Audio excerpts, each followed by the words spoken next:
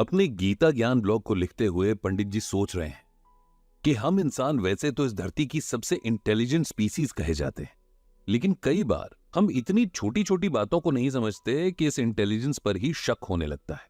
कल ही की बात जिसने पंडित जी को यह सोचने पर मजबूर कर दिया था। कल उनकी कॉलोनी में ही दो सगे भाई छोटी सी प्रॉपर्टी के पीछे इतना लड़े कि नौबत हाथापाई तक आ गई और इसमें दोनों इंजर्ड भी हो गए।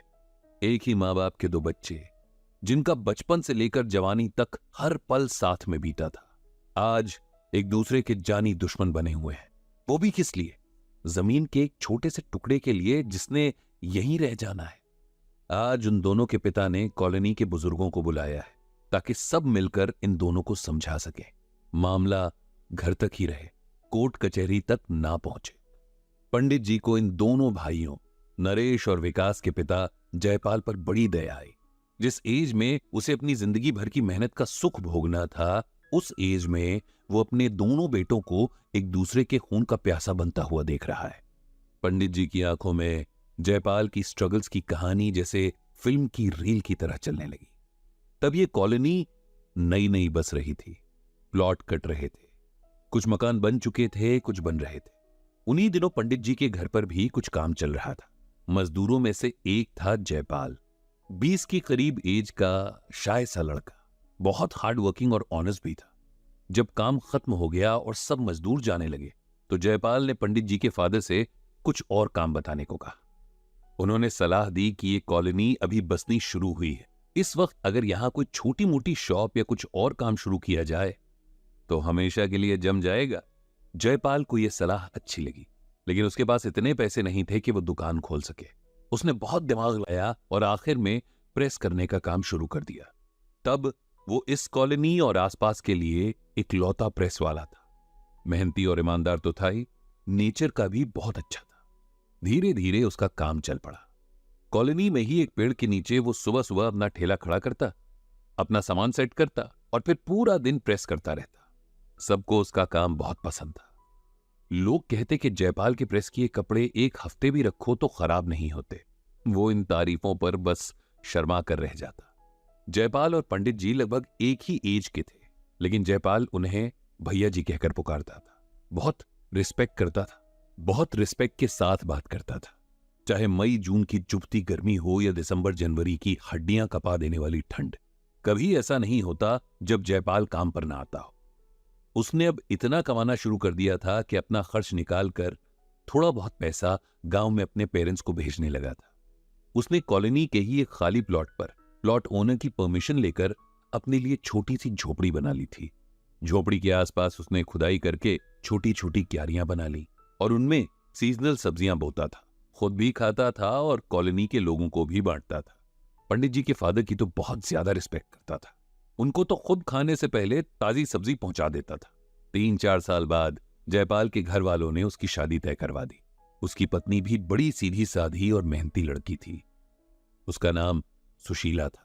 जब वो शादी के बाद पहली बार जयपाल के पास रहने आई, तब वो सबसे पहले उसे पंडित जी के परिवार से मिलवाने लाया था कि इस जगह पर यही लोग हमारे गार्जियंस हैं। पंडित जी के फादर और पूरे परिवार को उसका ये जेस्चर बहुत अच्छा लगा। सुशीला ने भी जयपाल का हाथ बटाना शुरू कर दिया था। दोनों मेहनती तो थे ही और कॉलोनी भी लोगों से भर गई थी, इसीलिए उनका काम भी बहुत बढ़ गया था। दोनों मिलकर अच्छा कमा रहे थे। एक दिन जब जयपाल कपड़े देने आया, तब पंडित जी के फादर ने उसे रोक लिया और बिठाकर समझाया कि अब वो परिवार वाला हो गया है, आगे बच्चे भी होंगे, इसीलिए उसे अभी से उनके भविष्य के लिए कुछ प्लान करना चाहिए। उन्होंने कहा कि जहां वो पत्नी के साथ झोपड़ी बनाकर रह रहा है, कल को अगर उसके प्लॉट का ओनर वहां घर बनाने लगे तो उसके पास रहने की जगह नहीं बचेगी और ऐसे में वो परिवार के साथ कहां भटकता फिरेगा। इसीलिए टाइम रहते हुए उसे अपने लिए घर का इंतजाम करना चाहिए। फिर उन्होंने जयपाल को कॉलोनी में ही एक छोटे से प्लॉट के बारे में बताया जो बिकाऊ था और उसके ओनर को तुरंत पैसे चाहिए थे, इसीलिए वो सस्ते में वो प्लॉट बेचने को तैयार था। जयपाल ने मुसीबत के लिए कुछ पैसे बैंक में सेव कर रखे थे, लेकिन वो काफी नहीं थे, इसीलिए उसने अपनी वाइफ की ज्वेलरी गिरवी रख दी और वो प्लॉट खरीद लिया। आज उसके पास छोटा सा ही सही अपना एक जमीन का टुकड़ा हो गया था। सुशीला और जयपाल इस बात से बड़े खुश थे। इस प्लॉट के एक हिस्से पर उन्होंने अपनी झोपड़ी बना ली फिर कुछ साल के अंदर उनके 2 बेटे भी हो गए। एक छोटा सा हंसता खेलता परिवार था जो अपने आप में बहुत खुश था। जयपाल ने अपनी हैसियत के हिसाब से बच्चों को पढ़ाया लिखाया। उनको बेहतर जिंदगी देने के लिए सुशीला और जयपाल ने एक दूसरी कॉलोनी से भी प्रेस के कपड़े लाने शुरू कर दिए थे। दोनों ही अपने बच्चों को अच्छा फ्यूचर देने में कोई कसर नहीं छोड़ना चाहते थे। बच्चे भी पढ़ाई में ठीक ठाक ही थे और पढ़ लिख कर अब जॉब कर रहे थे। जयपाल ने अभी तक भी अपना काम नहीं छोड़ा था। उसका कहना था कि जब तक अपना शरीर काम कर रहा है हमें काम करते रहना चाहिए। उसी जयपाल के दोनों बच्चे अब इस प्लॉट के लिए लड़ रहे हैं, क्योंकि बड़े वाले को अपना बिजनेस शुरू करना है और उसे पैसे चाहिए। छोटे वाला भी अपना बराबर का हिस्सा मांग रहा है, जिससे बड़े वाले को पैसे कम पड़ जाएंगे, और झगड़ा इसी बात का है।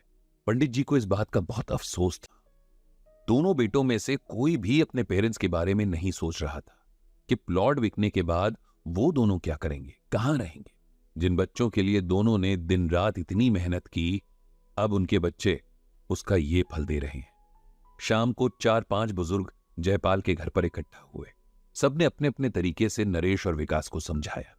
दोनों सबकी बातें सर झुकाकर सुन रहे थे, लेकिन उन पर अमल कितना करने वाले थे ये कौन जानता था।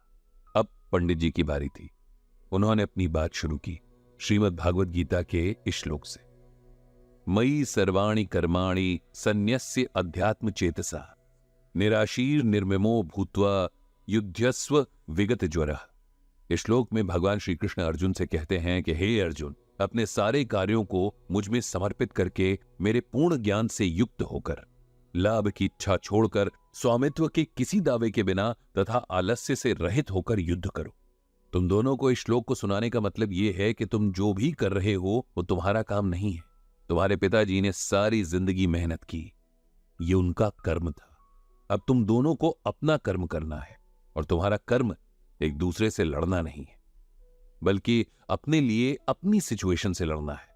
जिसे अपना बिजनेस खड़ा करना है उसे अपने हिस्से की मेहनत करनी है।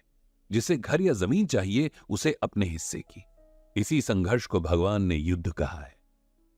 अगर तुम दोनों अपनी अपनी मैं यानी ईगो छोड़कर बिना सक्सेस या फेलियर की परवाह किए बिना अपना कर्म करो, अपने काम को पूरी तरह मेरे हवाले यानी भगवान के हवाले कर दो, मतलब मुझ पर विश्वास रखो, तो तुम वो सब जरूर पालोगे जिसकी इच्छा रखते हो। जो तुम्हारा नहीं है, जिसे तुमने अपने कर्म से नहीं कमाया है, उसके लिए लड़ने का तुम्हें कोई अधिकार नहीं। नरेश और विकास की आंखों में पछतावे के आंसू थे और शायद अपनी गलती का एहसास हो गया था। दोनों ने पंडित जी के पैर छू लिए। पंडित जी ने भी उन्हें गले से लगा लिया था। घर लौटते हुए पंडित जी मन ही मन भगवान श्री कृष्ण से सबके मन को प्रेम से भर देने की प्रार्थना कर रहे थे।